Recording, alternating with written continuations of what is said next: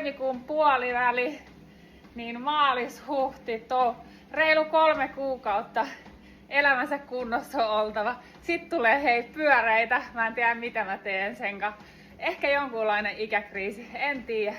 Mut meinaan taistella tätä ikää vastaan siis ihan perusruokavaliolla ja tällä liikunnalla kotona. Siis onnellisessa asemassa siinä, että mulla on kotona tää juoksumatto. Mut siis käsipainot, toi tanko, kehoa vastaan, niin kuin oman kehon painoa vastaan myös liikkeitä. Nyt otan tosissani tän treenaamisen. Oot itse asiassa 1,5 kuukautta nyt treenannut. Hyvin aika lailla 3-5 kertaa viikossa, eli oikeesti tosissaan.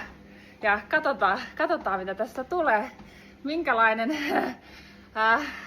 kunto sillä saadaan aikaisin. Ihan siis nollista lähetään.